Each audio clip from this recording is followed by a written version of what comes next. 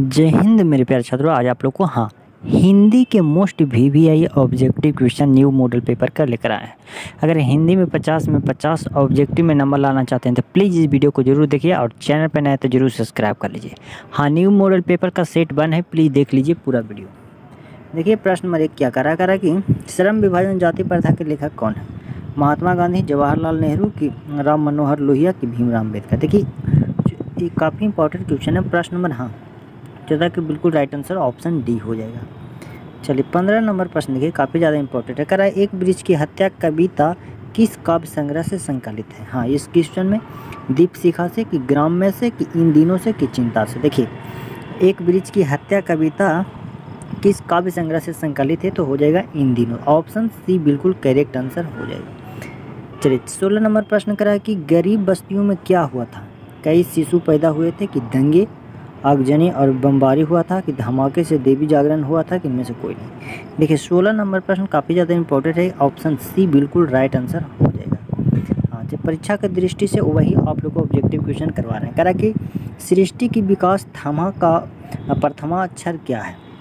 सफलता की पहली मुस्कान, कि विफलता के परिणाम स्वरूप उत्पन्न का क्रोध, कि विफलता पर छल के आंसू, कि सफलता के लिए उत्कर्षता। ऑप्शन सी काफ़ी ज़्यादा इंपॉर्टेंट क्वेश्चन, ऑप्शन सी बिल्कुल राइट आंसर हो जाएगा। अगला नंबर प्रश्न देखिए, करा के लौटकर आऊँगा फिर कविता किस कवि द्वारा भावांतरित की गई है? तो आप लोग याद रखिएगा प्रयाग शुल्क बिल्कुल राइट आंसर हो जाएगा।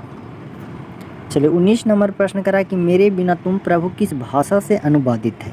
अंग्रेजी भाषा की, जर्मन की, रूसी की, फ्रांसीसी। तो आप लोग याद रखिएगा जर्मन भाषा। ऑप्शन बी बिल्कुल राइट आंसर हो जाएगा। 20 नंबर प्रश्न करा कि दही वाली मंगवा कहानी किस लेखक द्वारा रचित है? श्रीनिवास प्रसाद कोढ़ी होता है कि राजगोपालाचारी की महात्मा गांधी। तो आप लोग याद रखिएगा श्रीनिवास।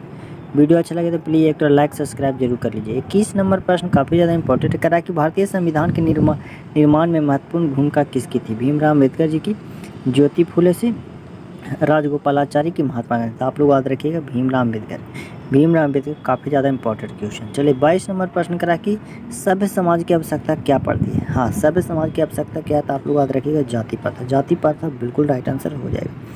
23 नंबर प्रश्न करा कि 20 के दांत कहानी के रचयिता कौन है? 20 के दांत है जो कहानी के रचयिता नलिन बिलोचन शर्मा जी है। अगर हिंदी में 50 में 50 ऑब्जेक्टिव में नंबर लाना चाहते हैं तो आप लोग को 10 सेट करवाने वाले हैं। प्लीज़ वीडियो को पूरा देखिए और लाइक सब्सक्राइब जरूर कीजिए। करा कि खोखा का दूसरा नाम क्या था? मदन, गिरधर, कासू की आलू। तो आप लोग याद रखिएगा कासू। खोखा का दूसरा नाम क्या था? कासू। चलिए अगला प्रश्न कि मदन किसका पुत्र था? तो मदन आप लोग याद रखिएगा गिरधर का पुत्र था। मदन किसका पुत्र था? गिरधर के पुत्र असेन साहब का पुत्र था, जो आप लोग कासू याद रखिएगा। 26 नंबर प्रश्न देखिए, व्याकरण क्वेश्चन है। करा कि परवल कौन सी संज्ञा है? परवल इस समूहवाचक है कि भाववाचक की, जाति की, द्रव्यवाचक। तो आप लोग याद रखिएगा परवल है जो जातिवाचक संज्ञा। चलिए आप लोग 27 नंबर प्रश्न करा कि कुतरता कौन सी संज्ञा? कुतरता तो आप लोग ये भी रखिएगा भाववाचक। कुतरता भी एक भाववाचक संज्ञा है। 28 नंबर प्रश्न करा कि तोषक कौन सी संज्ञा है? तोषक समूहवाचक ये भी नहीं है, भाववाचक ये भी नहीं, द्रव्यवाचक ये भी नहीं, यानी जातिवाचक संज्ञा। चलिए 29 नंबर प्रश्न करा कि झुंड कौन सी संज्ञा? झुंड ऐसी समझ रहे हैं झुंड में ढेर सारे गाय भैंस थे। तो आप लोग को हो जाएगा जातिवाचक संज्ञा, समूहवाचक संज्ञा। ऑप्शन ए बिल्कुल राइट आंसर हो जाएगा। चलिए 30 नंबर प्रश्न आप लोग कमेंट करके बताइए कि गंगा कौन सी संज्ञा है? समूहवाचक की, भाववाचक की, व्यक्तिवाचक की, द्रव्यवाचक। आप लोग देखिए करा कि जमशेदपुर कौन सी संज्ञा? ये नाम का, जमशेदपुर जगह का नाम है। तो आप लोग याद रखिएगा व्यक्तिवाचक संज्ञा। किसी व्यक्ति स्थान के नाम को व्यक्तिवाचक संज्ञा के रूप में कहा जाता है, इसलिए जमशेदपुर किसी जगह का नाम है, इसीलिए ऑप्शन बी हो जाएगा।